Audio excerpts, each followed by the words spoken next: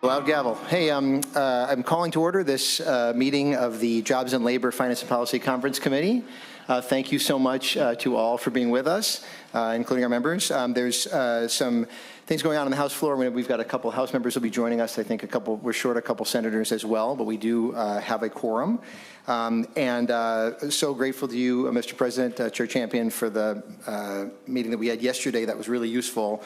And then a number of us spoke afterwards to kind of walk through some additional pieces, understand, and came up with this idea that I spoke with you and also spoke with Chair McEwen and certainly with my co-chair, Chair Baker, about walking through the items that are the same, that are similar, and hopefully even items that are different on each side, and just have a conversation. I made clear the purpose of this at any point today is not going to be to push somebody in some direction that they're uncomfortable, but thinking that if we can identify some provisions where there is in fact consensus, we can help our staff out by agreeing in advance, by agreeing as early as possible so they can start doing the work of building a bill for us.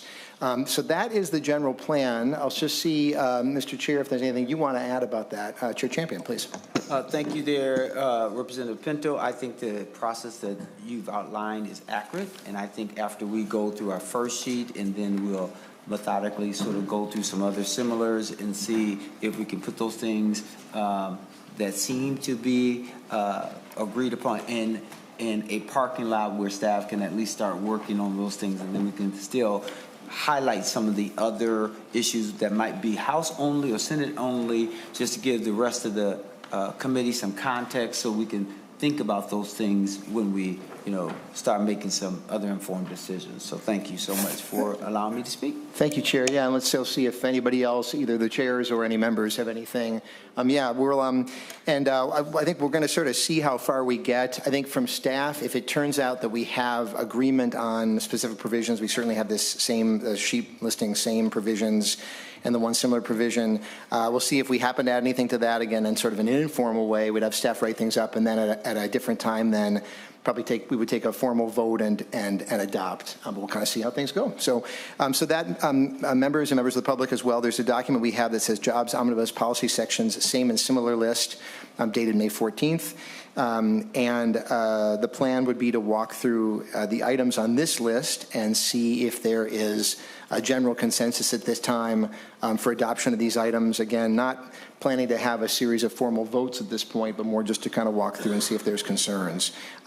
So the first one is on the side-by-side page R2, and I'm going to get out my materials with all that and would invite other folks to do the same. And we'll see if there are questions that folks have, or if there seems to be consensus with adoption of this language, of this change, which would remove the federal matching language from the forward fund and is true in both bills. I'm just going to see if there are concerns that folks would have with the concept of adopting that in the final bill.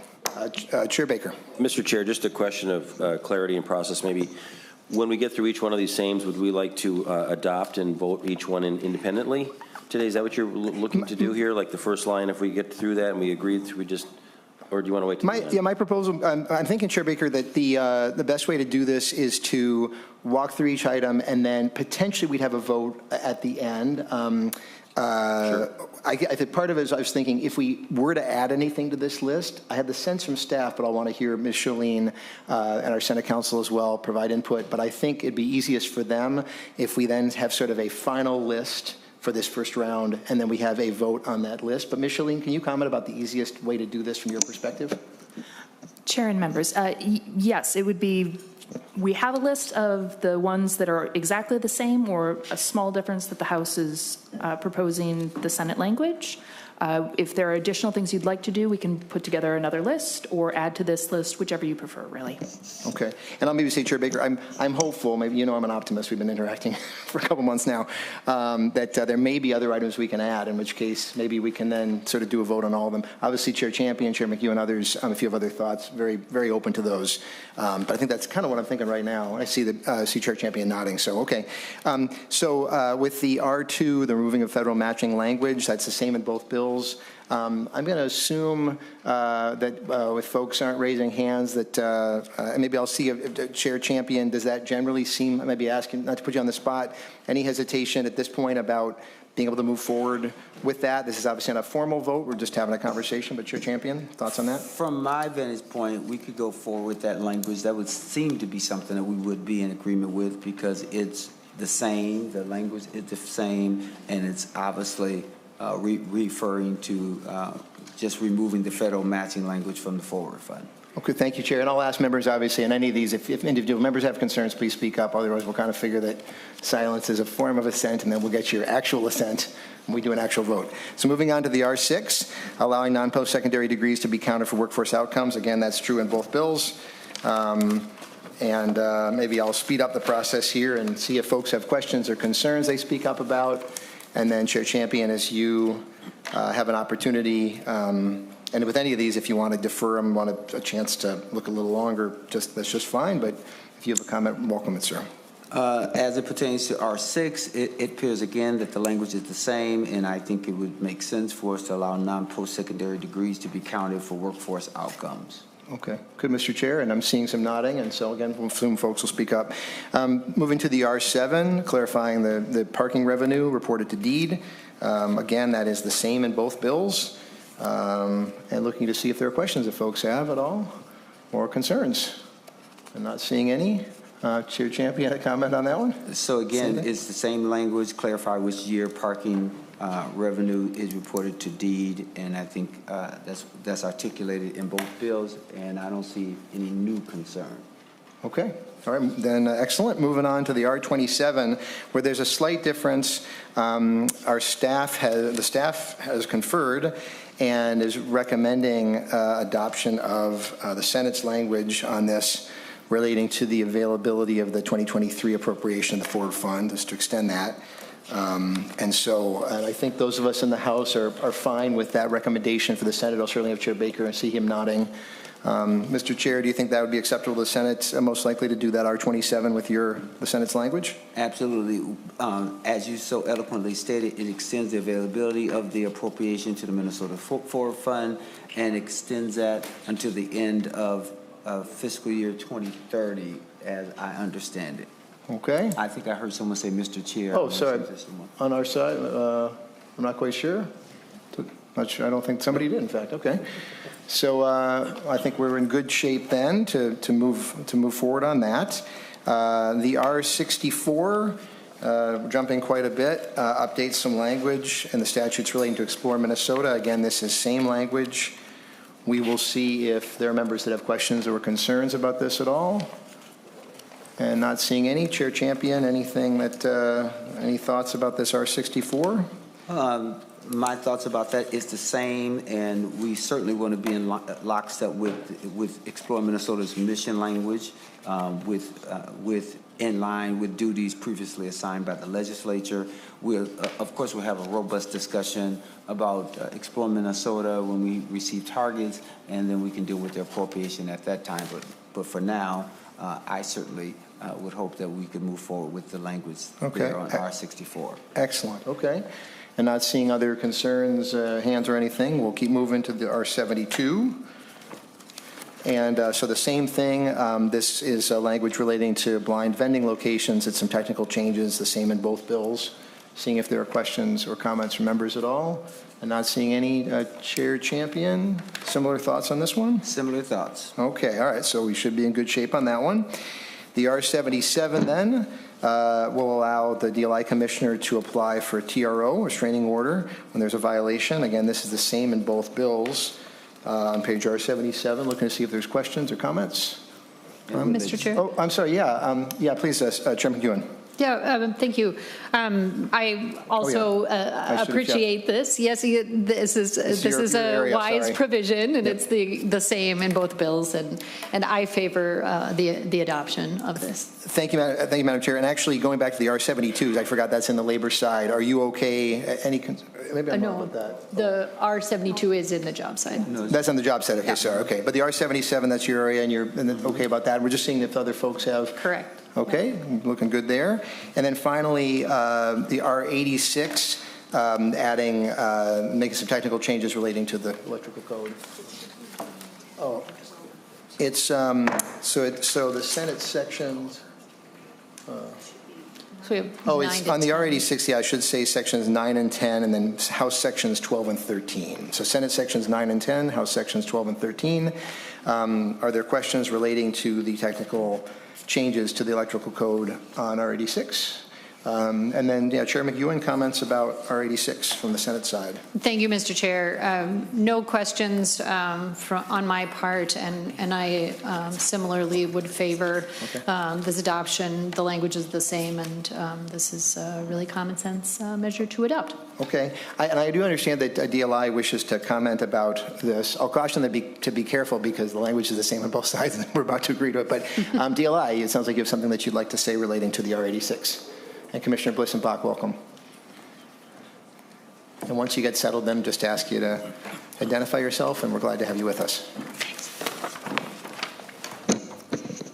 Thank you, Chair Pinto. My name is Nicole Blissenbach. I'm the Commissioner of the Minnesota Department of Labor and Industry. And to just comment on R86, the department does support this language. This is language that was proposed by the department, but I do just want to bring to your attention that this is connected to the department's construction code and licensing fee alignment proposal as well. In particular, lines 110.31 to 110.32 of the Senate position establish the necessary fee for inspection of Class 4 circuits and systems. So the fee related to the adoption and recognition of those Class 4 electrical systems is also necessary for us to really do the work to make sure that that policy language adopting those and recognizing those systems will function properly. I will perhaps, Commissioner, anticipate a question I suspect Chair Baker may have, which is if the policy change on R86 were to go forward and the fees were not to go forward, how does that work? Mr. Chair, I assume that's a question you want. Okay, there you go. Mind meld now. So, Commissioner. So thank you, Chair Pinto and Chair Baker, for the question. Our construction codes and licensing division is a fee-for-service division. So those fees to pay for the work that we provide in inspections are as established in statutes. So there would be no fee corresponding to the inspections we would be doing of these Class 4 circuits. Chair Baker, I'd like to follow up. And thank you, Commissioner. What do you do now with those inspections currently? Commissioner. Thank you, Chair Pinto and Chair Baker. Right now, the Class 4 electrical circuits are not included in the electrical code in Minnesota. So those are not covered under the electrical code and are not used, which is why this language is widely supported by our stakeholders that do this work and would like to do this work. Chair Baker, follow up. Thank you, Mr. Chair. So currently the Class 4 electrical circuits are not inspected at this time or are not recognized in the state of Minnesota, to be clear? Commissioner. Chair Pinto and Chair Baker, they are not used in Minnesota because our code doesn't recognize them. Chair Baker, follow. Okay. Yeah, so I don't want to get lost in a technical thing. Currently, there are no Class 4 electrical systems or circuits used in Minnesota, or we're treating it differently? Because as soon as let's say we did turn this language on, and or if there was a fee increase or a change or not, what does the department then do with Class 4 circuits? I assume that they're out in the field somewhere at this point, but maybe I'm mistaken. Commissioner. Chair Pinto, Chair Baker, my understanding is that they are included in the National Electrical Code, but they are not included in the electrical code that we have adopted in Minnesota. So they are currently not used in Minnesota. So what we are asking to do with the policy language is to recognize them and adopt the changes that have been adopted in the National Electrical Code here into the Minnesota Electrical Code, which would then allow them to be used. And it would establish, because it is work that does need to be inspected, it would establish a fee that would go along with the inspections of those, that work. Okay, Mr. Chair, yeah, thank you. And so it sounds like if we adopted the policy to recognize these circuit 4s to be part of our world, and we don't accept the fee changes, you're still able to move forward, but there probably wouldn't be any fees associated to this, or maybe we could make exceptions to this one, but that's not necessarily tied to recognizing the code if there was not a change in the current code fees. Commissioner?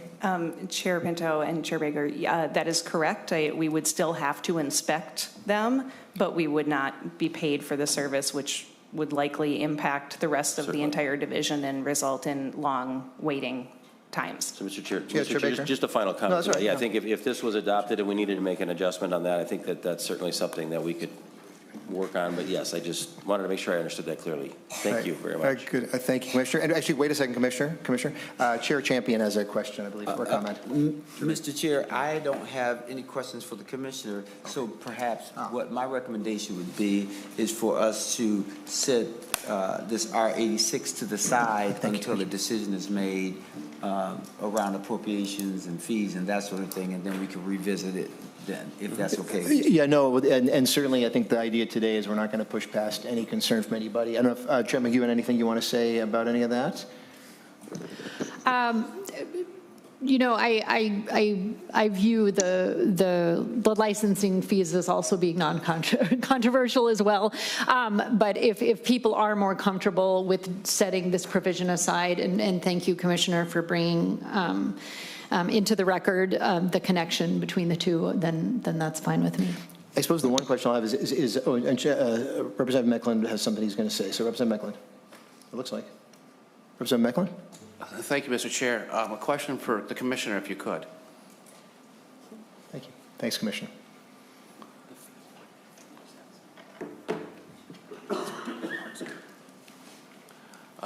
Thank you, Madam Commissioner. My question for you is, I believe it is 50 cents to inspect these in the Senate version. Is that in the language that was currently attached to the fee for this particular inspection? Commissioner? Chair Pinto and Representative Mecklen, I believe that's correct, but it's per item. So yes, 50 cents per item. Back to Representative Mecklen. I will point out, Representative Mecklen, obviously the fees are not, there'll be further discussion, but so we may not need to go too far down this, but you got something else? Thank you, Mr. Chair. My only thought on this was why couldn't we simply approve this with the associated fee per circuit of this Class 4 electrical circuit, and just for that simple particular new thing that they need to have an inspection code? Well, and I don't know if you have a comment, Commissioner. I think we're sort of doing things very simply at the moment, so that may be an idea for consideration. But Commissioner, anything that you'd like to say at the moment? Don't feel obligated, but as long as you're up there. Chair Pinto, I would just say, you know, we support the language, we support the fees that we have proposed, and yes, these are the two that are connected related to this particular language. But as I've stated in my letter, the department supports all of the fee alignment that we proposed. Okay, good. Thank you so much. It seems like we will set aside the R86. And Chair Baker, I think you kind of in agreement with Chair Chamber's suggestion. So okay, set that aside for now. But we've got the other items. My thought at this point, rather than do a vote or formal action on this sheet, is to continue on then the list of sections. I may look to Ms. Shalene and see if that makes some sense to her in case there's others we may add. See you nodding. Okay. And so the thought then would be to go to the walkthrough of jobs omnibus policy sections document. We got that yesterday. I hope it's in members' packets still today. And so the thought would be to go to the similar sections of that document for the ones that we have not addressed yet, and we'll see how far we can get and try to make some progress. So the first item then is the R1, which is the plant processing and the business development public infrastructure program. And I think we were interested to know about the delayed effective date, and I may look to my chair and members to co-chair and members to remind me about this, but I think we just wanted to hear from the Senate about the delayed effective date and the provenance of that. Yes, Senator Draheim. Senator Draheim for us. Thank you. That was an amendment that I offered on the floor to Senator Champion's bill to just delay it a year and give the cities time to review it and look at it with the budget constraints of this fiscal budget. I didn't feel comfortable expanding the uses to this, so I thought we'd just push it out a year. That's it. Maybe I could just clarify, Senator Draheim. So it would still expand the uses, but it would give a sort of a year-long bridge, I guess, before those uses would kick in. Or actually, maybe a couple years now that I think about it, since 2027, 2 years. Okay. But I think the original enactment date was 26, wasn't it? Or was it 25? It is 20, yeah, I think there is no effective date current. Right yes. after. Yeah, Senator Draheim. Yeah. Yeah, so I guess it was 2 years instead of 1 year. A 2 year, okay. I don't know if folks have questions relating to this at all. I do know that there were some concern. I think this was an amendment that I think a colleague of ours had looked at offering. If folks have questions or might want to move forward, but it may be we want to just learn a little more about this and get back to it. So unless I'm seeing any immediate consensus from my House colleagues, maybe this is something we'll just look at a little more and get back to. Mr. Chair Champion, please. Again, Senator Draheim has talked about what he was thinking about and why he felt this was an important modification. Any thoughts from the House side, like why you all would think it wasn't a good idea, or if you have something different, that would be helpful, because, you know, silence just means the House is being deliberative, and I like that too. But, you know, if there's something in particular that you all can tell us as a concern so that we have that information and we can think about it as well. Yeah, Chair Baker? Yeah, thank you. Yeah. Thank you, Mr. Chair, and thank you, Senator Draheim. Again, I think when we had met afterwards, too, we just want to get an answer, like, what was causing this? Again, I think the budget constraints are real, and we need to look at all of those things. As my position, or at least on the GOP side of the House, I'm okay with accepting the Senate position on this because of those constraints. I mean, again, I can, for our half of the team over here in the House, Mr. Chair, I can accept that language if the rest of the House members are okay with that too. And I think I know there was a possibility we weren't going to meet at all today. I'm glad that we are, but I also do want to make sure we're not in any way pushing past. I want to make sure folks get a chance to sort of think about this. And so I may, if you don't mind, I think what I'd like to do is to kind of pause this. And Mr. Chair, I think the thinking is, if in fact it's a good idea to expand this program as it is, I guess I'm a little bit unclear about the difference between expanding it now versus expanding it later. I mean, it's either a program that is a good applicable program. If we're concerned that, I'm not sure what the concerns we would have about expanding it now that wouldn't also be in place in 2 years. And perhaps, Mr. Chair, you can help clarify that, or Senator Draheim can. Mr. Chair. You know, what I think I heard Senator Draheim say, and he can certainly, and he's capable of speaking for himself, but I think what I heard him say is he understands about this expansion, but wanting to delay it for 2 years for implementation in order to give the others an opportunity to catch up, because there's so many things that are happening around budget concerns. Senator Draheim, any thoughts? Thank you, Chair Champion. Yeah, I just thought it was just prudent to wait a little bit. You know, I think these funds are sought after already, the way we have it. And if we're going to expand it, that's great. But let's give the local cities and counties time to prepare for it. And I don't think it hurts waiting 2 years, personally. And I think it's just good. I don't think it was vetted very well, the proposal, before it was introduced. I don't think all the stakeholders were aware of the concept. So I think that's just, you know, they approached me and they asked me to do something, and so that's what I attempted to do. Chair Champion, please. And Chair Pinto, if you want to park that to the side and us come back to it, because we could certainly have an opportunity for others to come up and speak about it, and whether they think 2 years is the best option, because they might think 1 year, right? And so maybe we, you know, at least acknowledge that, and then we can certainly come back to it at some other time. Yeah, let's, yeah, why don't we, I guess, Senator Draheim, hearing your good argument about sometimes it's a good idea to wait. I think maybe just briefly we'll do that, and we'll do this will give us a chance to, I'd like to check in with a couple colleagues and think about it a little bit on our side. But I certainly heard concerns about the expansion. Want to make sure that we do it in a smart way. So yeah, so if we can, let's pause on that, but certainly something to look back at. The next section is a house-only provision. I'm sorry. Thank you so much, Mr. Chair. Yes, we were just going to do the similar ones for now. The next one is the R2, the technical changes to the expanding opportunity account.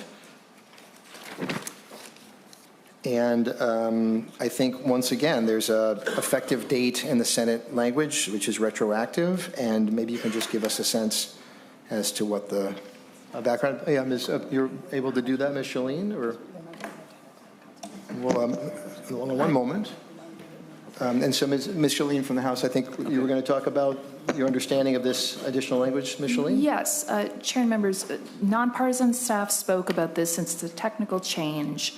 And after consulting with the reviser, we believe we would recommend adopting the House language. With an additional change, DEED contacted us today. Well, this language was copied from the governor's bill. It was discovered that there was an error in that drafting.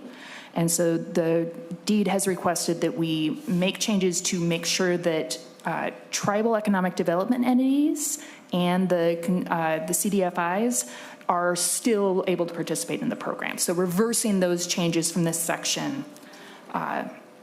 So all the section would be doing now is just creating the account, which is just a technical thing.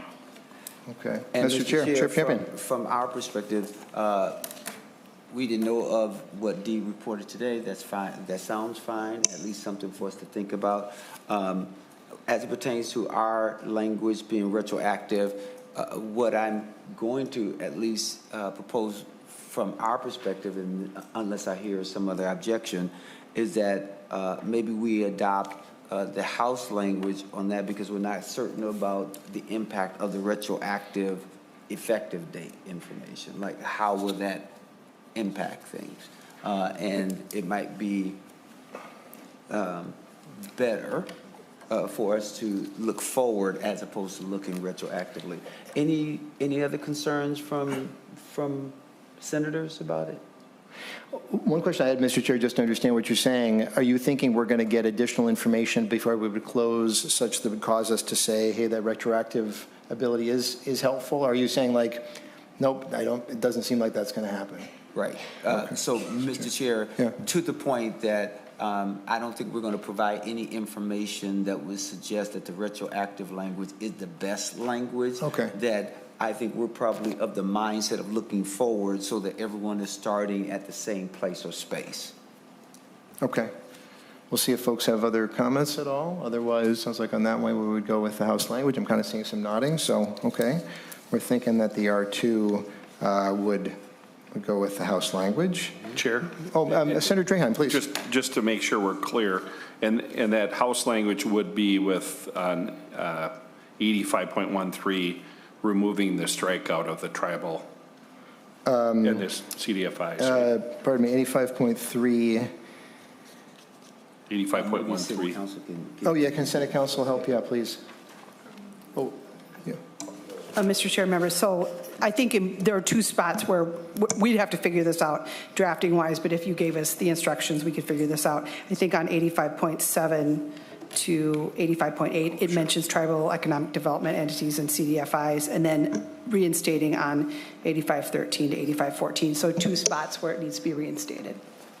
Oh, okay. So, yeah, Senator Draheim, so, this was a mistake you were saying that the... Mr. Chair, it was unintentionally included in the governor's bill, and we did not know that it was something they didn't want, and we learned of that today. Okay, okay. Are folks clear then about what's happening, that the sentence from 85.7 to 85.9 would be reinstated? This is the House language. And then again, 85.13 to 85.14 would be reinstated. So we're okay. Yeah, good. Thank you, Senator Draheim, for catching that. And so, it'd be House language with that correction. Yes. On the expanding opportunity account language. Okay. Moving on to the next similar language is the R4, the maximum grant and increased project cost for partnerships and pathway programs. And this language is the same except for the percentage at the bottom. Is that correct? Looking at staff, I see. Okay. So this language is all the same except for the percentage at line 57.22 of the Senate bill and the equivalent line on the House bill. Perhaps we can just understand. Yeah, Chair Champion, please. Thank you, Mr. Chair. From our perspective, unless I see something, hear something different, I think that we would be much more comfortable with the House language around the 15% increase versus our language that has the 30%, because we thought the 30% might be much more generous, and so being careful, that is what I'm thinking and proposing. Okay, I'm seeing Senator Drahan. I would concur with Chair Champion, especially with our budget constraints, so thank you. Okay, and Chair Baker, I think you're in agreement on that as well. Thank you, Mr. Chair. I would agree with that, too. I think, again, just more of the budget constraints, everything we can do, keeping things tighter so we can do more things with the actual grants would be good. So I would accept that from Senator Champion. Good. So for this one at the R4, we would go with the House version. The language is all the same except for that percentage, and then it'd be the House percentage rather than the Senate percentage. Okay, looking to see if there's questions or concerns. And again, this is something that we will eventually ask staff to write up, make sure we're all very clear about exactly what we're all agreeing to. The next one we already done. So the R8, the technical corrections to the 2023 appropriation. And Mr. Chair Champion. And thank you, Mr. Chair. I'm going to ask for our Senate Counsel, Ms. Carlin. Thank you. Dole Fontaine to kind of talk about what those changes are. Excellent. And then provide any context, and then we can go from there. That sounds good. Thank you. Counsel. Well, Mr. Chair and members, now Senator Champion may be talking about further on in the bill, there is an article that is purely some technical suggestions from NDC, DEED, and the Initiative Foundations. However, now these are just cleaning up the 2023 appropriations. So I can have Ms. Noldner speak to the way that the money is in the appropriation rider. There's also a technical change that talks about some North Minneapolis neighborhoods, and I think there was some confusion and questions about whether or not what North Minneapolis neighborhoods were included, and we're trying to change the language to make sure that all the various North Minneapolis neighborhoods are there, not just kind of the ones that are specified, and we didn't want to go into different addresses, Broadway to here to there. So that was kind of the intent of that language.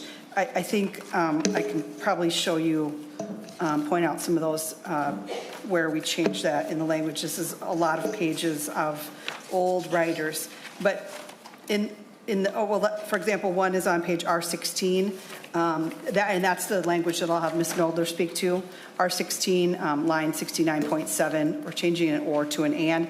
I know that it probably did already include all the various neighborhoods, but we're just saying that the intent is there. Are you on R16? Or it's page, I guess it's line 69.17. 69.17, correct. Yeah. And then Ms. Noldner can speak to the technical difference between the riders in each year, because I don't think it was 12.5 million. And I wonder, Ms. Fontaine, I know it looks like there's a couple other changes earlier than R16. I wonder if it would make sense. We can do it however works for you, but I wonder if it would make sense to do it by pages, so we just identify whatever. Okay. The first ones that I'm seeing are on page R10. I may have missed something, but. Sure. Mr. Chair, so the changes on R10 you'll see are also technical changes that just make the language work better about the transfer from the general fund to the Minnesota Expanding Opportunity Program. Ms. Noldner, do you want to speak to that one? Thank you. Ms. Noldner. Mr. Chair and members, Ms. Doyle Fontaine was correct. So This is a technical correction for this previous appropriation to make sure that the funds are being transferred correctly to this expanding opportunity fund. And the difference between the Senate and the House side is on the Senate side, page R10, line 62.24. This is including language that adheres to the updated budget rules, which prefers language to say instead of for transfer, to say instead transferred from the general fund. So it's technical. So if I could maybe suggest, because it looks like these are achieving the same substantive goal, and so perhaps what we do is just ask staff to confer like you did on the other item we talked about, and that we would sort of treat these as same, and then you'd make a suggestion to us about which version to go with, and just include that. Chair Champion, that assuming that's acceptable to you, and as well, Ms. Shalene. Yes, we actually have conferred and would recommend strongly to adopt the Senate language, as they are substantively identical. The substance is the same. They catch one technical correction that did not make it into the governor's bill, and thus we recommend the Senate language. We're grateful to you. So on page R10, I guess the suggestion then would be to adopt the Senate language. And again, that would be included in what we would agree to, looking to see if there's any concerns. Not seeing anybody seeing a lot of nods, so we would go with that. So the Senate version on page R10, and then moving to page R6. May I ask a clarifying Mr. Chair, please. Maybe to House fiscal stuff. Did you all get a chance to confer on all of the provisions as it pertains to this R8 that's there? That's what they're talking about, not just what on R10 or whatever that they have already listened to and talked to each other. Oh, thank you, Mr. Chair. About that, and then getting a recommendation from them is what we would look for because they had a chance to already confer. That is very helpful. I guess the one thing I might want to do, thank you for that clarification, Mr. Chair. So I think I would like to, though, just have us quickly look at like the R16, is that true? In fact, maybe I'll ask staff that every one of these on R8 and on R70 technical, Ms. Shalene? Yes. Changing ands to ors has no substantive effect.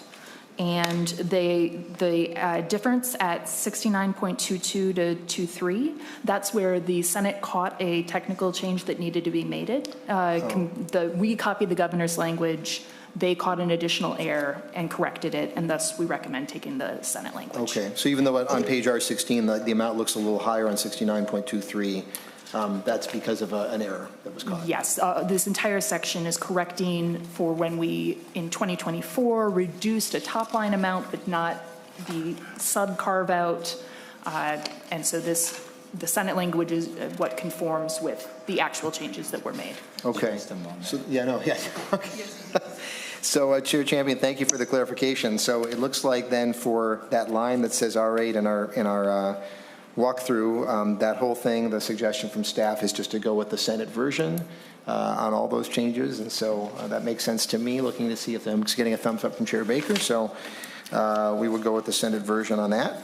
The next similar one is at R27 in our chart here. And let's see, we did that one already, Mr. Chair.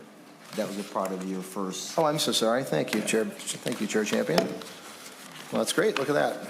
And so the next one probably that you want to consider, Mr. Chair, is...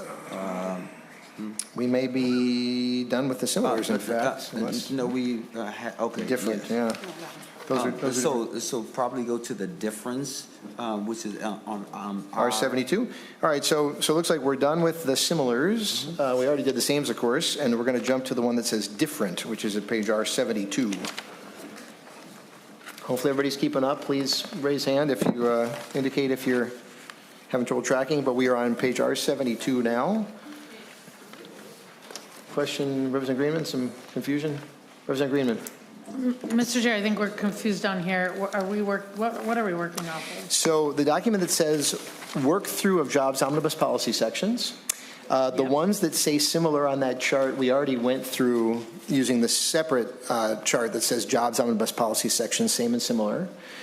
Then one of the similar sections we went through previously on that chart. The remaining similar sections we've already gone through. So may I help, Mr. Chair? Let's make sure, yeah, Chair Champion, please. Members, if you recall yesterday, that we did a walkthrough of the jobs omnibus policy sections. And so you should have that, which is all the same similars, House-only provisions, Senate-only provisions. Okay. All right?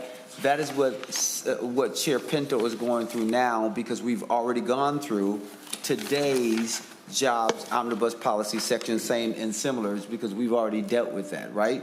And so by striking the ones that we went through today off of the walkthrough jobs omnibus policy sections from yesterday, now these are the remaining ones that are similar. So the great senator, the great representative here is now at R72, because there were two R72s. One we agreed to already, and the second one is listed different that we need to do, because the first one said same, and now we're doing the one that says different. So that should be on page 2, and is 3 boxes from the bottom. And you can see who has a lot of experience presiding over legislative bodies. We're getting the benefit of that expertise. So I'm assuming we're all okay then. It's the one that says different at R72. And if staff can help. This is the one that we can have Senator Draheim go through. Senator Draheim can walk us through. Senator Draheim, yeah, if you can walk us through the provision at 72. Maybe before I do that, Senator Draheim, I'll just note that line 87.22 in the House bill, there's a change in date. I'll just explain, we changed that date in connection with some funding decisions having to do with the Job Skills Partnership Board. Because we had no access to the Workforce Development Fund, we shifted some things around, wanted the Job Skills Partnership Board to get access to funds a lot earlier, so we changed from March to September. I think I talked to Chair Baker yesterday, this is tied to money, so is not something we would do at this point. So just to explain why that date change was made. So we would, Mr. Chair. Mr. Chair, if that's okay. So yeah, we wouldn't do anything that revolves around money. What Senator Draheim brought forward to us is including county labor force participation rates and what is considered before using workforce development funds. Like, what are those things that one would look at? So if you can. Yeah. So we'll set aside that House change regarding the date. So setting that aside, that'll tie to money. And then Senator Draheim, to you about line 94.20. Thank you, Chair. For me, and this is something, labor force participation rate, I think is so important to really drill down on where do we need to put our resources. And as our resources tighten up, which I think they will be for the next few years, I think it's even more important that we get it right and we put those funds where they're needed most. And I think the labor force participation rate is the most accurate, and I use that term very loosely, indicator of where the help is needed the most. So I just want that to be one of the items that is taken into consideration when we're deciding where to fund help for people that are unemployed. Senator Draheim, thank you. Thank you. And I should have thought to do this at one of the earlier ones we talked about. I wonder if folks from the agency, if DEED would have any input on this change at all about adding county labor force participation rates. Is that possible? He's saying not so much. Mr. Bowdry is, you may be heading up to tell us that the answer is no, but we'll hear what you have to say. Mr. Bowdry, thank you for your work, and please identify yourself and proceed. Thank you, Mr. Chair, members of the conference committee. Devin Bowdry, Government Relations Director for DEED, and you don't need me up here because I no concerns on that. Okay. So. Okay. Well, that was still helpful. That was very helpful. Yeah. Thank you so much. Yeah. I'll ask. Maybe another question for you, but first we'll deal with this. Chair Baker, yeah. Yeah, thank you, Mr. Chair. And again, I recall that Senator Draheim has been working on this, I think, for some time now, trying to bake this in. I think I carried the bill for you last couple years, maybe into it. If it's not a concern with the department and it's good information to bake into the rules, I think this is something that we should do. So I could support that if that's something that I could do, at leleast again on our half of the table here. So appreciate you bringing that forward. Thank you. Thank you so much, and it's helpful, Mr. Bowdry, to hear DEED's perspective. Other questions, thoughts? I'm not sure if I have one. Mr. Chair, Chair Champion. Mr. Chair, I heard Representative Baker say that that Senator Draheim has been trying to bake this in for quite some time. I'm not certain if there is some pun intended there. You're a champion of puns. Okay, thank you. Oh, champion of puns. Wow, There you go. took people a while. Any input that folks have regarding anything that they wish to add regarding this? I would say it seems, I mean, as long as it's okay with our agency, it makes sense to me. Kind of looking at my colleagues from my caucusing. Representative Greenman. Mr. Chair, I think that we support the provision but are opposed to the puns. No. Indeed, indeed. Okay, so we will go with the Senate change at line 94.20 and hold off on the House change at 87.22 would be the plan. While Mr. Bowdry is up there, because I think we're all done with the similars and all, I actually wanted to go back to the page R1, because I should have asked for this earlier, and see if the agency has any input regarding this, the plant processing for the Greater Minnesota Business Development Program. One more difference, because we one more did that difference. One moment, I see. But then we do And then a that different. We'll do that. Yeah, thank you, Mr. Chair. So, Mr. Bowdry, any input regarding the R1 that we discussed? Mr. Chair, members of the committee, on the R1, in talking further with staff after Senator Draheim introduced the amendment, what's of most concern for the agency is clarity on whether plant-based production can be in or out. Because right now, we don't really have clarity on whether plant-based is in or out. And so we have applicants that are in BDPI purgatory, so to speak, right now. And I mean, to Senator Draheim's point, this would, as it's written now, expand the program to plant-based, which includes plant-based products.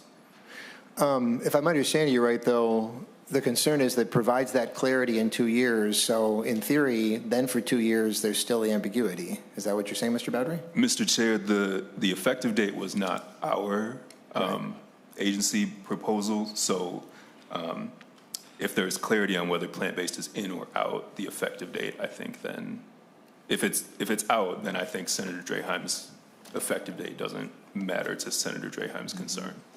Okay, Senator Draheim, or I'm Chair Champion, we'll go to you and then. Oh, well, I'm just trying to clarify, and then we can go to Senator Draheim, is that that the expansion of whether it should be in or out is the first component to this. But I think Senator Draheim was thinking that if you're going to expand it and for it to be in, that there's more time that's needed or potentially needed for others to get on board, because they'll be clear already that the expansion is there. Now, whether it should be 1 year or 2 years, that's up for debate, and we can certainly ask Mr. Bowdry if it's in, do you think the public will need 2 years or 1 year in order to adhere to what is articulated in what we are calling R1? Mr. Bowdry. Mr. Chair, Senator Champion, if plant-based is in, the agency's position is that it's in, and we would just implement it effective immediately. The effective date as it's in here now, that is a legislative position. That's, yeah. Yes, Senator Draheim. Thank you, and thanks, Devin, for your input. You know, to me, there are a couple concerns. There's really two concerns, and one we haven't talked about yet. One is the expanse of a fund that's already, I think, I won't say overused, but very popular. So we're going to expand the use on something we can't keep up with. That's a concern. And then the other concern for me that I really didn't get a great definition of was the plant-based products. To me, is marijuana and cannabis. And it's here. We have to live with it. I get it. But we are funding so many different avenues of that products, cannabis, that I really would hate to take away from the Main Street businesses and having those funds be swallowed up by a couple of marijuana processing plants. So I have two concerns. And those are both of them. So that, you know, if we want to put comfort language in, saying it's not for cannabis and marijuana, I can live with that. But this fund's already heavily used, and to expand it at this time when I don't think we're going to be able to put a lot of money into it, I think it's just wrong timing. So thank you. Yeah, and I think, I'm not sure that, Mr. Bowdry, do you want to comment at all? I guess I hadn't had the sense that this was necessarily intended for that purpose, but Mr. Bowdry, can you comment on that? Mr. Chair, yeah, plant-based would include cannabis as well. Okay. Corn, soybean, cannabis. Right. It's baked into the language. Now, Representative Greenman specifically prohibited puns, Mr. Bowdry. She did specifically prohibit fun. She may have even missed your pun. So this does feel like something, Mr. Chair, that probably we do need to set aside and talk about further. I will say I would be worried. This hadn't occurred to me before, Mr. Bowdry, after Mr. Bowdry's comments. But if there's this ambiguity right now, something that has an effective date 2 years out kind of implies that anybody trying to do it now is actually. Is going to be more blocked, or is going to be blocked for 2 years. So it actually put current producers in a worse position potentially. So I think we just need to have more of a conversation about this one, if that makes sense. But thank you very much. Okay, appreciate that, Mr. Bowdry. We'll call you back up if needed. I think, Chair Champion, there was another one that you wanted to go to before we go back to the beginning. Yes, Mr. Chair. Yes, Chair Champion. That would be our 111. 111? Where it's different. This is where we're talking about the misclassification. This was something that was brought forward by way of labor, and it was the provision of Senator Umu Verbraten. So maybe we'll start with the chair, and then she can turn it over to Senator. Yeah, defer to Chair McEwen here, leading on it. So Chair McEwen, yeah, what do you want to say about this? Thanks for that. I think in terms of where we end up on this particular provision is going to really depend on our financial. Tied to money. Yeah. So if there's more that we want to add right now, just for the record, and starting to discuss this, I think that's great too. But we're going to have to find out where we're at with the money. Fair enough. Yeah, I think that I see Chair Baker nodding too. I don't think there's any reason to belabor things. Senator Verbraten, obviously, is you being the author, and Representative Greenman being the author in the House of anything that you may want to add, but Senator Verbraten. Thank you, Mr. Chair. I don't have the exact language pulled up in front of me, but I do think the House language is just a little bit more extensive in terms of what would be included in the report. So that would be my preference. Okay. Yeah. So we'll talk later about it. We will, yeah, we can address that at a later time then, but it sounds like there may end up being Representative Greenman. Thank you, Mr. Chair. And yeah, to Senator Verbraten's point, the report that we heard in both committees that came as a recommendation from the task force on worker misclassification that both of us sat on came into the bill. It's essentially the same. Ours really details out the specific metrics. We had a long conversation about it in conference. I think you all had it heard. So I'm looking forward to making sure that we can ensure that the Department of Labor has the resources they need, but they have been, the Department of Labor and DEED and Department of Revenue have all been very involved in crafting that language, which came through the misclassification partnership that we put into law a year ago. And I will say, Chair Champion. And Mr. Chair, might I provide a suggestion Please. of allowing Representative Greenman and Senator Umu Verbraten, as well as the department, to get together and see if there's any language and whether they want counsel there, so that they can actually propose something to us. So at least we will have that input, but we can still, ask questions of the department or all the others, but at least they can get a head start on that. Certainly, yeah. I was going to suggest, it sounded like the Senate author was actually pretty happy just taking the House language. I was going to ask if Chair McEwen or what they thought about that, but we certainly could also just have you all confer separately and come back to us as well. If that's Sherry McEwen, thoughts about that? Yeah, thank you. I think that in general, that is the position that we're inclined to take, is to take that House language. But yeah, happy to engage in some discussion just around that as we find out about about what the financial picture is going to look like. But in terms of the language, I think that we are happy with what the House is proposing. Okay, we'll have the authors get together and get back to us and present something. Okay, so then, I'm thinking we... So may I ask the question? Sure, Champion. So if you're okay with the House language, would it be okay? But we know the money is something that we'll discuss, but are we saying that the language is okay and we'll be okay with that, but we still deal with the appropriation? Or are we saying we want to wait to deal with the money before we talk about the language that is attached to it? What would you like, there's Senator Verbaden or Chair McEwen? Senator Verbaden. Well, I can certainly say I would like the House language and for it to be fully funded, but I think that's a longer conversation about the money. But I was just wanting to say that in terms of the language that describes the report, I think the House language is much more descriptive and is my preference. Chair McEwen, are you? Thank you. I tend to agree, but I wouldn't be comfortable formally adopting the language at this point, just because we're, I don't want to move forward with something that would be sort of an unfunded mandate. I want to make sure that we have what we need, but yeah. Okay. All right. We can, that's good. So we'll have, very likely House need to have money discussions, et cetera, and so setting that one aside. So then the thought would be to go back up to the top of this document called Walkthrough of Jobs Omnibus Policy Section. Mr. Chair. Senator. Was that sort of wrapping up the same and similars piece? Because I did have a question about something that I think may be similar but is showing up as House only. Yeah, and that may, I think we may discover that some of these things that are labeled certain ways actually are. Okay. But if you've got one you want to jump to, we've been jumping around anyway, so. Okay, I'm happy to do whatever process you want to follow. I just want to make sure it's noted in terms of things that may be similar. It's the R29, the extends 2023 appropriations to Ramsey County. So the extension, I think on the Senate language, we see that in the appropriations side by sides on R41. And maybe council can help me understand, but.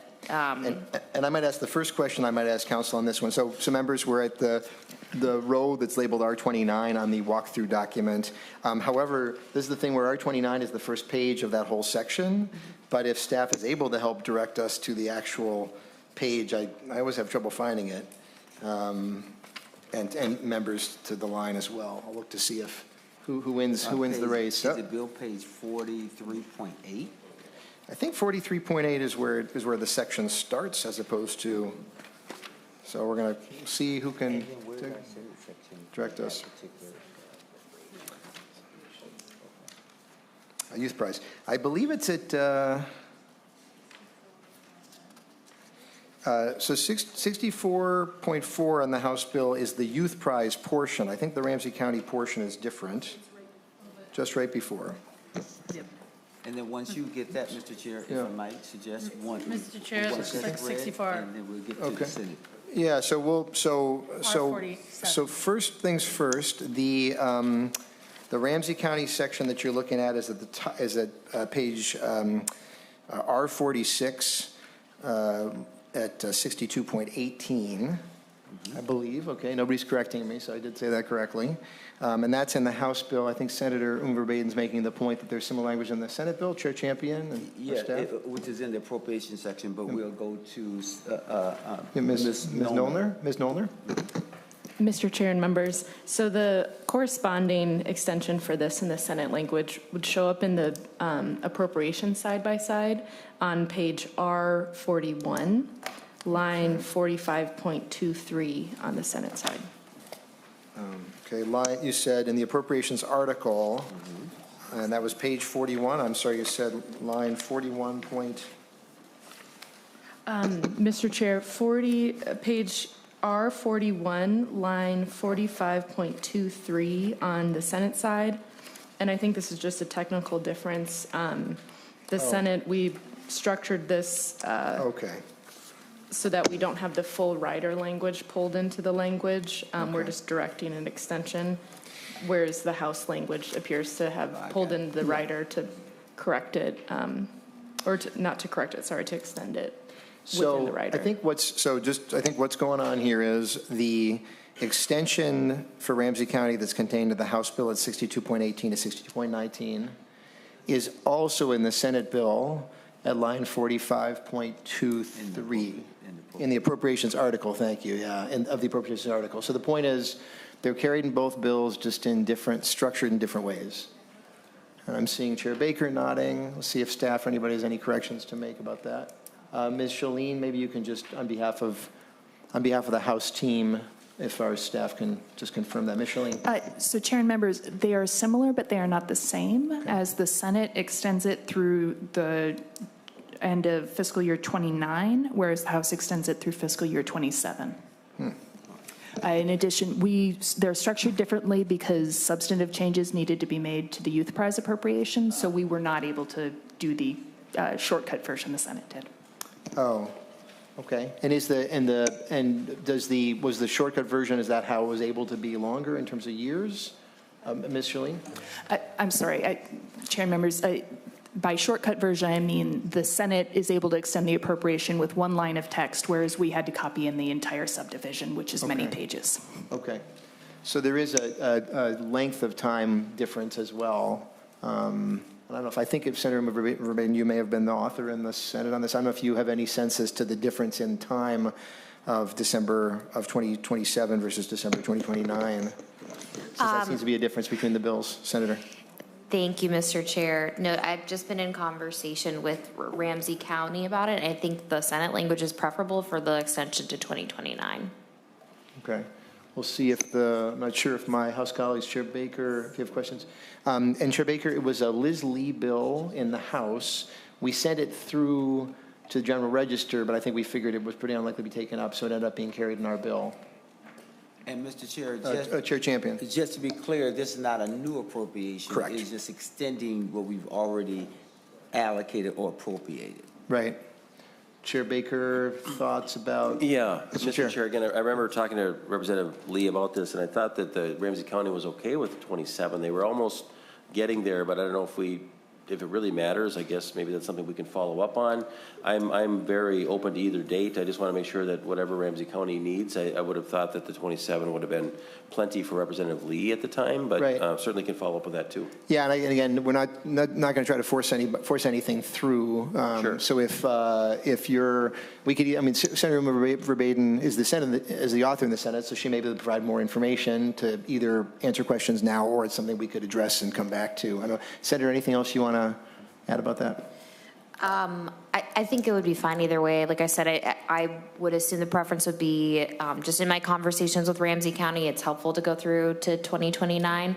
But I did just want to point out that we both did have the extension on both the House side and the Senate side. So maybe, Chair, any further thoughts on this at all? Okay. Should we just go with the Senate version then? That's a simple. Of course, I guess we had the youth prize piece too. Or do you want to come back to it? Oh, okay, we'll address, So what we can do is, it sounds like we clearly are going to accept the extension, and the issue is just going to be in what form and number of years. So maybe Chair Baker perhaps you can follow up with Senator Verbaden, and we can just nail this down.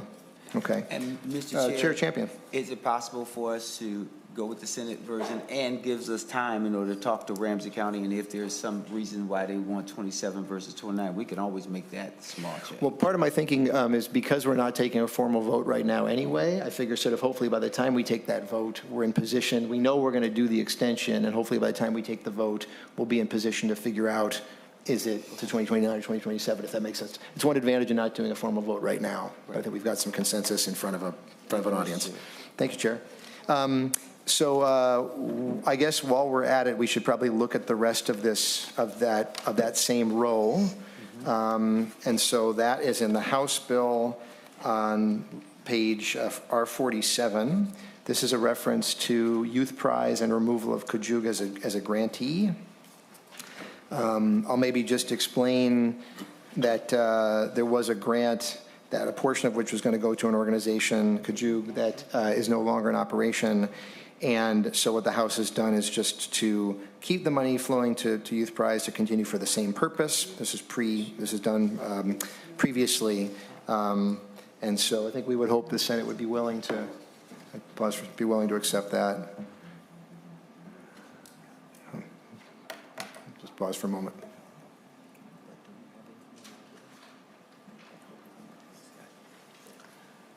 Mr. Chair, yeah, so this is the other half of the R29. Yeah, Mr. Chair, from what we understood. I think it's the R29, yeah, okay.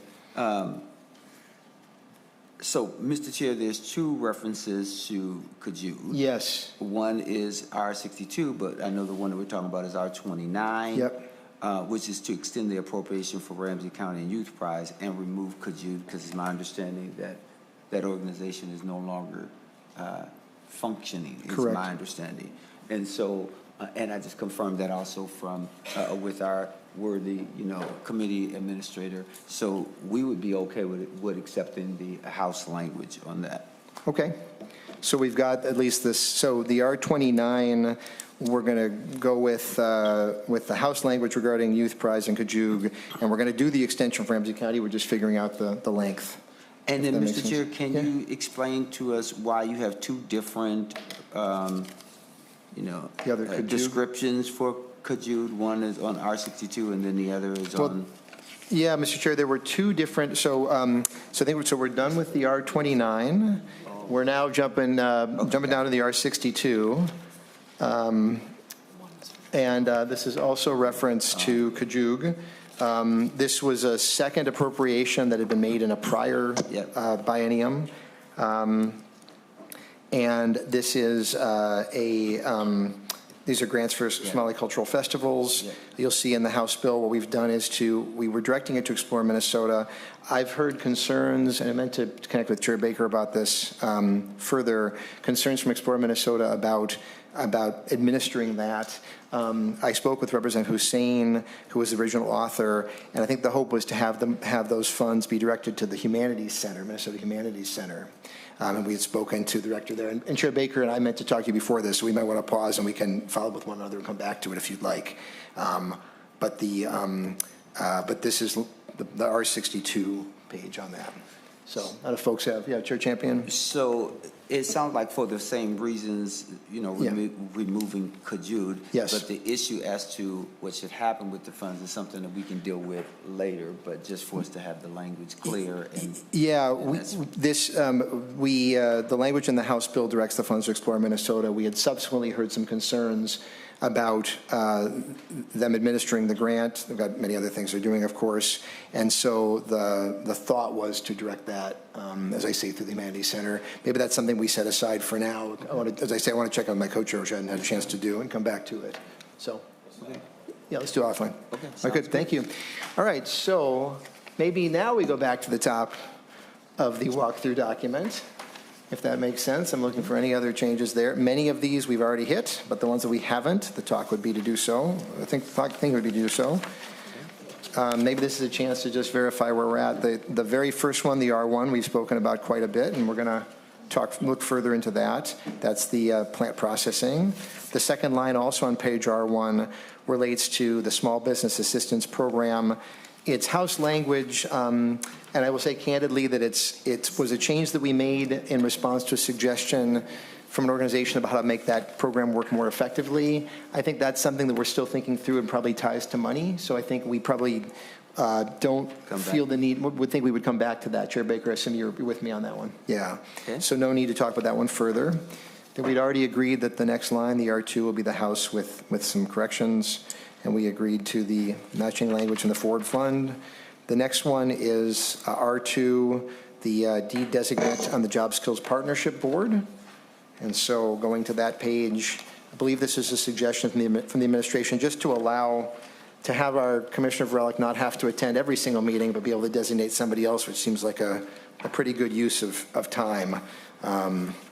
So should we have, Mr. Chair? Chair Champion, Could we have the commissioner from DEED or someone come up and talk about that? Yeah. Because as we think about it, the Job Skills Partnership Board is an important board, especially it seems to be right up the department's wheelhouse, and we just want to understand who they would be thinking about designating that to, and especially with it being such an important board. Absolutely. Thank you, Chair Champion, for that suggestion. Commissioner, so glad to have you with us. Thank you for all of your work. And please identify yourself, and then glad to have you answer the Chair's question. Mr. Chairman, members of the Conference Committee, I'm Matt Verlick, Commissioner of the Department of Employment and Economic Development. Great to be with you in this big room, by the way. The Job Skills Partnership is, of course, very important. What we found is just that on occasions when I'm not able to be there to conduct business, the entity is not able to operate, and sometimes I just get called into an important meeting with a legislator or with the governor's office, et cetera. And so this would provide flexibility so that I could designate someone else to keep the wheels turning, basically. Chair Champion, follow-up. And, Sure. and Commissioner, if you're unable to go, who would be your designee, for lack of a better word? Commissioner. In a lot of cases, thank you, Mr. Chairman and Senator Chairman, oftentimes a deputy commissioner will represent deed, so it could be somebody like Kevin McKinnon. Thank you, Chair. Thank you, Commissioner. Okay. Yes. Question. Senator Drahan. Thank you, chairs and Commissioner. To me, it would, is it prudent for us to put in some language that it is a deputy commissioner or the commissioner instead of just, any employee? Because it's pretty broad language, and I think it's a pretty important board. So I don't know if that would handcuff the commissioners. Or if there's somebody else to add, but and I'm not sure. Do you have four deputy commissioners? Let's go, Commissioner. You can. Chairman, Senator, 3 deputies. Yep. Yeah, Senator, back to you, and then we'll get an answer from the Commissioner. But Senator, anything else you want to say about that question? No, I just maybe we could put some guide rails around it so it gets the attention that I think it deserves. And Commissioner comments about that suggestion from Senator Drahan. Chairman, as with everything, I always like to consult with my team, but my first reaction is that would provide us some flexibility. And as mentioned, we have 3 deputies. Some of them have more work that actually involves the Job Skills Partnership, so some are more relevant than others, but it would be better than the present, where we just can't operate in those cases where I can't be present. I will note, as I'm looking at this, the other folks appointed by the governor all can designate designees. So like the Chancellor of the Minskew, for example, which is a very important job, and you have a very important job. So I am wondering a little bit about why you wouldn't have the same ability, why the Commissioner wouldn't have the same ability. And it does seem pretty standard to me on boards and things that commissioners can appoint designees. I don't know if there's other thoughts about that, but Representative Chair Baker, you want to say something? Yeah, Mr. Chair, thank you. Chair Again, Baker. maybe just my question to the Commissioner is, do you act as the chair of this jobs board right now? Commissioner. Chair, Representative, Chair. Yes. And that's, Chair Baker, yeah. Mr. Chair, again, I think it's that may be the maybe difference. that's why it is. And I kind of like Senator Draham's kind of thoughts about if we kind of understand the complexity and actually the importance of this board, to know that it wouldn't go like, and I don't want to say below a deputy commissioner, but because I think you have a lot of great deputies and assistant commissioners. But again, because of the gravity of that board and the position of the board being the chair, I think that makes some sense. But again, the House position does support giving you a bit of a break because, once in a while you can't be at the meetings all the time. But I think it does hold some water to say at what level do we kind of get that level down. And so I would absolutely support a designee, but I like the language of maybe even a deputy. So yeah, thank you. And we'll, Senator Drahan, back to you. And then Commissioner will obviously have you provide final thoughts on this, but Senator Drahan. Thank you, Chair, and thank you, Commissioner, once again. So I'm not stuck on just deputy commissioner, but just some kind of guide rail. So maybe you could give us a framework of who you think would be the right fill-in person, because I have no problem with you designating someone. I just want to make sure it's the right person or the right group of people. So if you have any suggestion, I'm open to it. I'm not trying to stop anything. I just think we should be careful and deliberate on what we do. So Yeah, thank you. we're in a conversational space here. Just looking to see if there's other folks, anything they want to say before we get any other comments from the commissioner. Representative Frazier, you did? Oh, okay. Okay, well then, and then Commissioner, any final, I mean, it sounds like this is probably worth, again, one of these things where we'll pause and have a bit of conversation, but anything that you want to add at this point, Commissioner? Chairman and all members, thank you for the conversation. We're happy to talk more about it if that's helpful. Another potential option, acknowledging the point you're making, is we could potentially talk about the senior leadership team, which is the next tier of the hierarchy. So that includes direct reports to the deputy commissioner. So that would maybe give us a chance to identify the person that has the most subject matter expertise. Ms. Senator Drahan, follow up on that? I was just going to, that's a wonderful idea. I just think just putting some kind of guidance on it, and I have no problem if that's what the commissioner thinks, but I think we should kind of put a little bit of guide rails on it. It occurs to me process-wise that, again, if it's likely going to take staff a bit of time to write up what we've worked out, and if we can have some conversations, it may well be that then what we put in front of folks for a vote then can hopefully include some of these pieces, if that makes sense, rather than making a final decision right as we're sitting here. So, okay, good. Okay, so Commissioner and Mr. Bowdery, thank you for that work. We may have, there may be other things we want to add. You can either go back to your seats or stay there, maybe other things as we're in the jobs area. I'll just note the, moving on then to the next R3, which is expanding the Youth at Work grant program. This too relates to money. I'll just note that what we were trying to do as a House team is to adjust some of the competitive grant programs to make them work.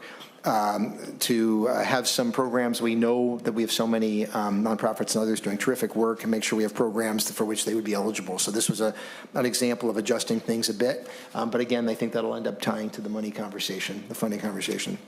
Next one is the R3 Senate only. And so I invite Chair Champion or someone to speak about this one. Chair Champion. Thank you, Mr. Chair. So this one also involves money, but the whole idea is that this was a Senator Gustafson bill, and there was a pilot that they put together along with the university, and I think also including a Minsky school, in order to have a pilot where students who need to do testing, professional testing, that there be support to allow them to do that testing.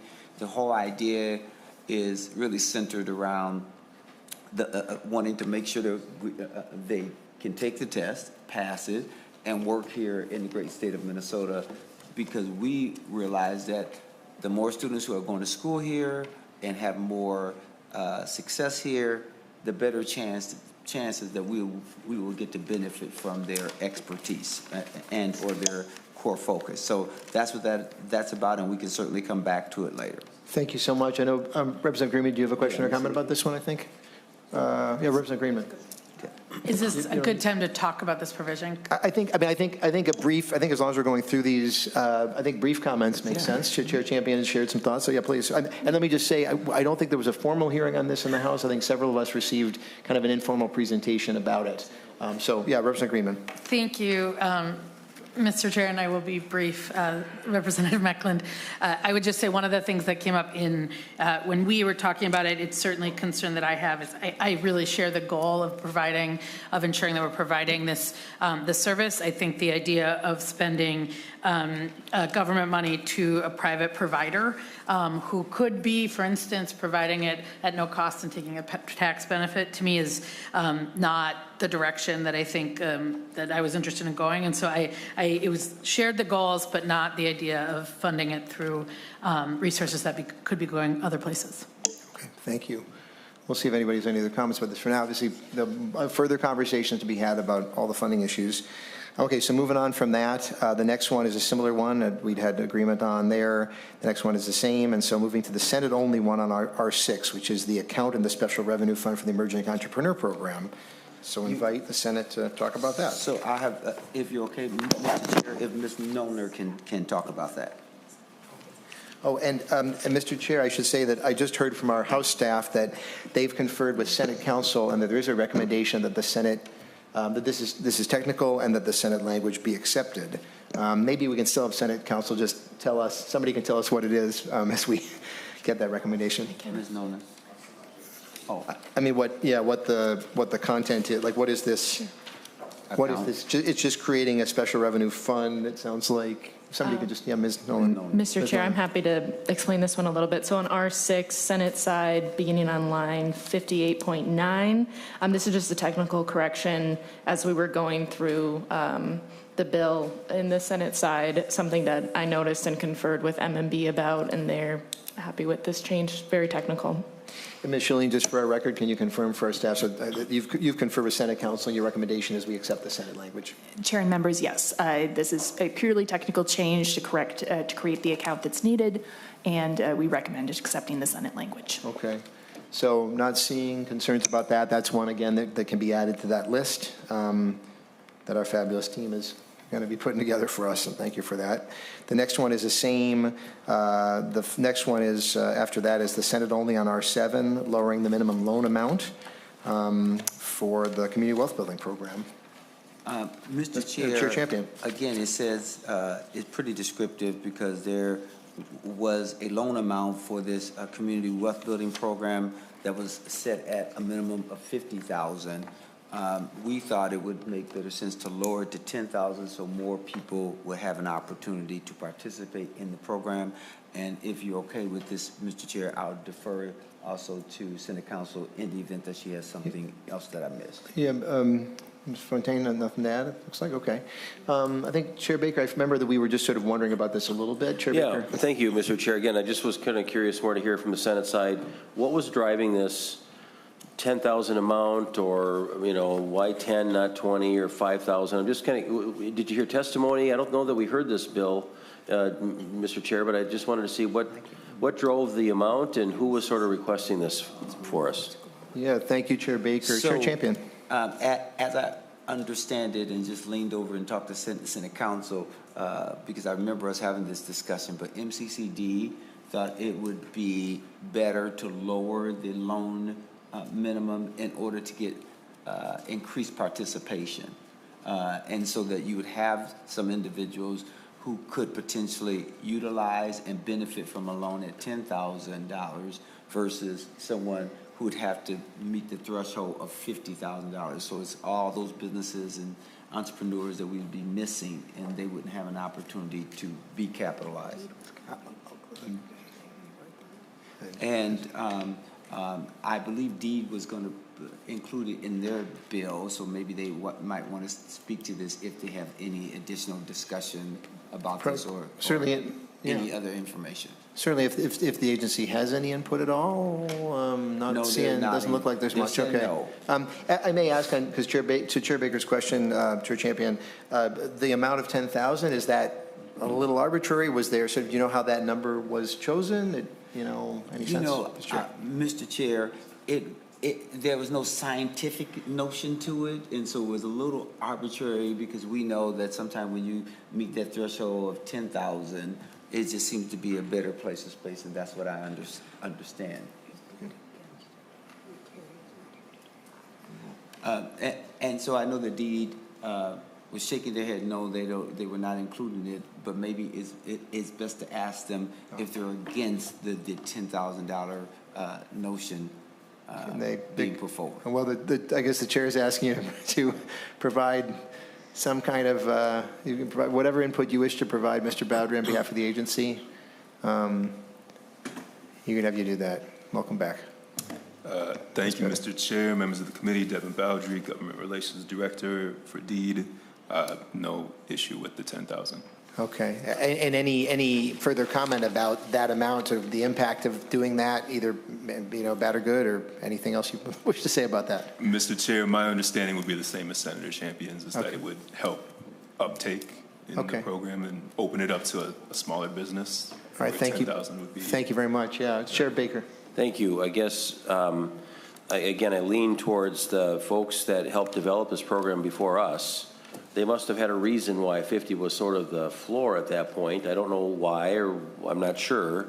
But to the stakeholders who brought a request forward to us, or at least to the Senate, I'd like to know what that was. And I think, again, if it still follows in the same mission, of the of this wealth building program. Again, I don't know a lot about it, but I don't make it harder for people to get access to a loan, but I want to know if the loan was supposed to be specific to certain either industries or something. And again, I want to make sure that this 10,000 will actually help more economic development. And I guess I just want to have more information. I don't oppose the idea of it. I just want to make sure I dive into the idea of who are these folks? Why is there a hurdle at this point? And I'd like to just understand that better before we make a decision. And yeah, Chair Champion. And thank you, Mr. Chair, and thank you, Representative Baker. And we can always have MCCD come in because we're open to that, but I'm reading a note from MCCD. It says MCCD has had requests for lower amounts, 30,000 and lower, and they couldn't use these funds because of the higher threshold.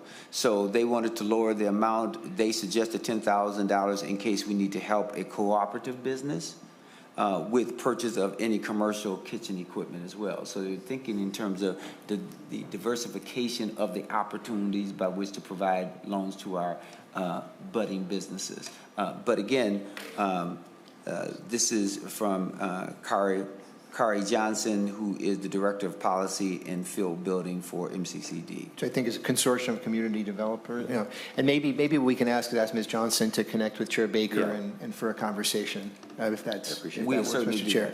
Good, thank you. Yeah.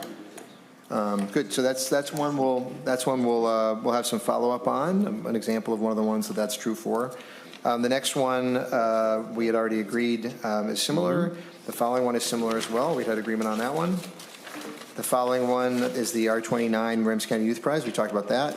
The next one is one at R52, which is an extension for the city of Minneapolis. I'm probably I don't know if we've got a Minneapolitan representative on with us, but if she's not prepared for it, I can just say that this is, I think it took quite a long, this is on page R52 again, and it took a very long time for the city to receive these previously appropriated funds. And so this is extending those funds and removing some obsolete language. And I can see nodding from the Minneapolis member down there. So I would hope Senate would be okay with that, but. It appears I don't see anyone saying no. Okay. All right. So as of right now, we're okay. Okay, looking good for that one then, to go with house language. Again, with all these, we'll end up having a formal vote. The next one is R53, and this is one, I believe, that is similarly, this is, to allow a capital grant project. It's actually not on page R53, that's just where it starts. So if anybody can direct members to the right page. I believe it's our page R61. And this is providing a little more flexibility for, again, an appropriation that was made last year to the Arrowhead Opportunity Agency, or last term. Unfortunately, the way that our prior language was interpreted was preventing them from creating this regional hub. And so we want to allow that to happen. So, Mr. Chair. Chair Champion. What initially happened is that we provided them some revenue in the Arrowhead area, and I know that Senator Hochschild was here. And then I think we extended that appropriation, and then they came with the request of wanting to modify the appropriation to allow capital projects. And as the Senate rep and someone who chaired jobs, we're opposed to any capital projects coming through the jobs area. And Chair, maybe I can ask, the prior language is this appropriation of $500,000 for the purpose of expanding workforce development opportunities in the region. I guess I would have thought that sentence would allow the creation of this building. It sounds like it was interpreted to not, and so that was why I think our thought. And Mr. Chair, please provide that. That's not how that would be interpreted. No, exactly. Okay. That's not the way it was interpreted. Okay. And so it's that the use of capital funding that's the concern from the Senate side. That's our concern. I know that this is something up in Senator Househouse area, but in the Senate Jobs Division, we did not hear any capital projects.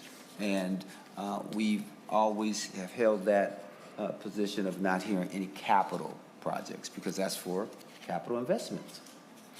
I don't know if there's something that folks want to add, to see as Senator Houschild or anybody else. I mean, it's not new. These are not new dollars, of course. This is a reallocating. But Senator Houschild, was there something that you, or no? I didn't mean to. I mean, Mr. Chair, you know, I appreciate the opportunity. It's certainly something that I would advocate for in my region, but I understand Chair Champion's point as well. Policy. Okay. Anything that anybody wants to add at this point? And so we're all, this is, again, we're just going through, and we're, so there's that policy. Mr. Chair, let me Mr. also Chair. say, if there's some other idea that we come up with that's not capital or something, we can continue to have that conversation. But got it. If it's capital investment, big concerns there. No. Okay. All right. Well, I go. Okay. So concerns about that one. We discussed the R62. Moving to the R63, I'm guessing that this one ties pretty firmly to the funding conversation. Yes. Funding, yes. Funding related. So maybe move on from that. Yeah, move on, because the R63, both the ProStart, that's all connected to funding. Actually, let me just ask, because the change with community one starts with community. That's tied to a new appropriation. I think the one about ProStart is modifying a prior appropriation. Yes, I see there's some nodding on that. Is that at line? I'll ask Ms. Shalene, are we talking about line 85.1 on the Senate? Chair and members, correction to this walkthrough document is that the R63 Senate Section 14 is not about ProStart. It's about the U of M Hospitality Online Training Program. Oh, right. Okay. So the U of M, as I understand it, operates this online training program for ProStart, which is why there's the reference to ProStart. And Ms. Shalene, can you just, or perhaps this is Senate line, so we should ask Senate Council to explain about what Senate Section 14 does. Ms. Fontaine? Mr. Chair, members, I believe that is correct, that it's not ProStart, but so my apologies. However, this does change the appropriation to allow an exemption from a reporting requirement for Workforce One that does not fit with this particular appropriation and use for the University of Minnesota. So it's been done previously where some appropriations and groups will be exempted from that particular Workforce One reporting requirement. So that's what this does. And one thing I should clarify, I believe the appropriation actually has nothing to do with ProStart, but it does have to do with Hospitality Minnesota. It's an online program through the U for Hospitality Minnesota. So is that, I think, Chair Baker. Yeah, and thank you for that. This was a bill that I actually carried a couple years ago to get this established, and it really has nothing to do with ProStart. Okay. So let's establish that. I think this is about a reporting requirement. I know they do reporting on this. Again, I'm a hospitality person. I have some hotels. We have some of our employees that go online to learn all about the great state of Minnesota. And it's free to people that work for us if we're in the state of Minnesota. And again, through the partnership of Explore Minnesota and with the University of Minnesota, this has been a very kind of a low-cost thing. And again, I think that just the word ProStart is throwing people off, but it is I think it's about the reporting, but the reporting is happening now, correct? Even though they're not required to do it? I think that's what that is? Yes. So that's what I'm hearing, and again, I'll get some more clarification from our folks, but. Yeah, maybe, so it sounds like you want to maybe set this aside. I was going to say we could ask if the agency has any input on this at all. Yeah. I mean, if they're doing reporting, if they're not required, well, it seems like they must be required because we're trying to remove a requirement here.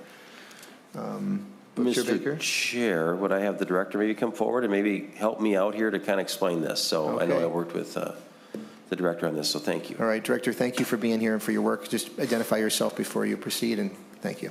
Yep. Hi, Chair, members, Chair. Lauren Bennett-McGinty, Executive Director of Explore Minnesota. This, we kind of work in conjunction with the University of Minnesota, but they primarily run this training program, and they do report on the number of people who have moved through the program, but it is not required. And primarily, we just kind of have coordinated on the setup of it and the supporting of various sort of marketing to people and letting people know that it exists. Ms. Director, do you have input about then the exemption from the reporting requirements? And you may be saying I may have just sort of misunderstood, but.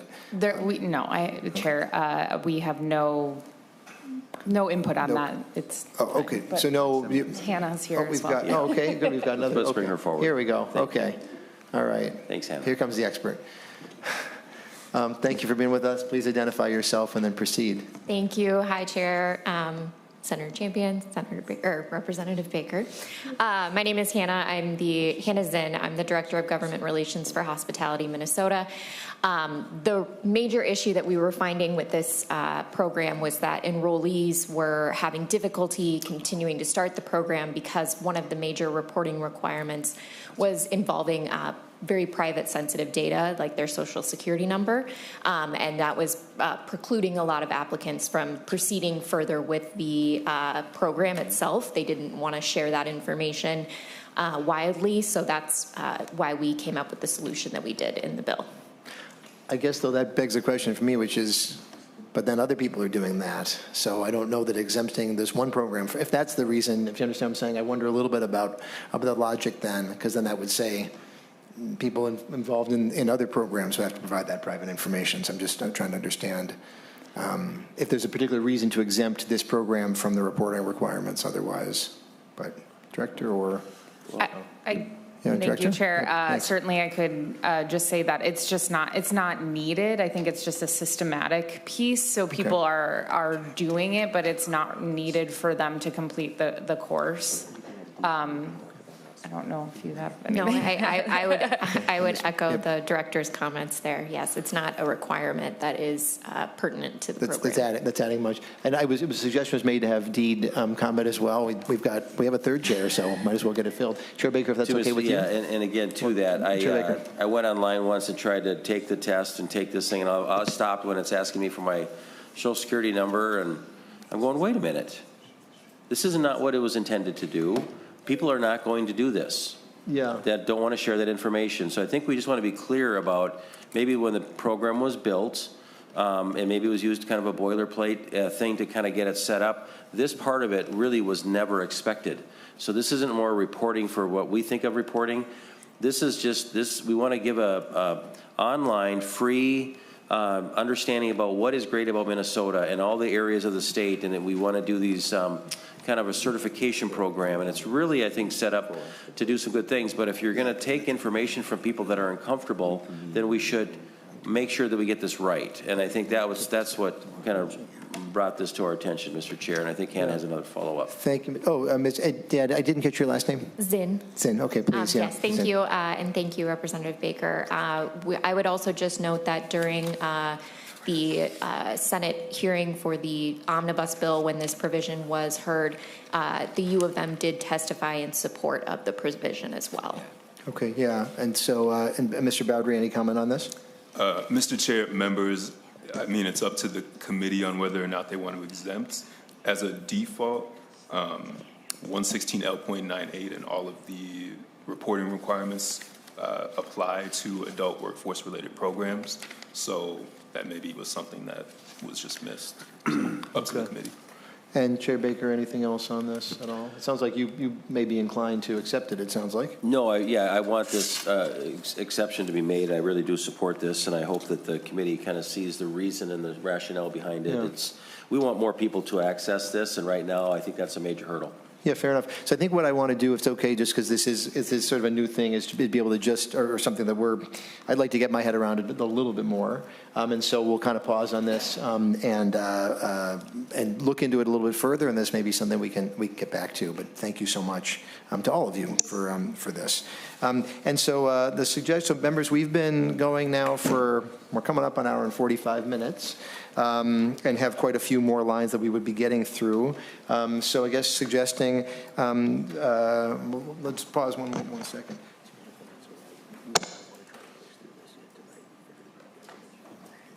Yeah, we should come back this whole thing. When we come back, because, you know, it's going to quite a few.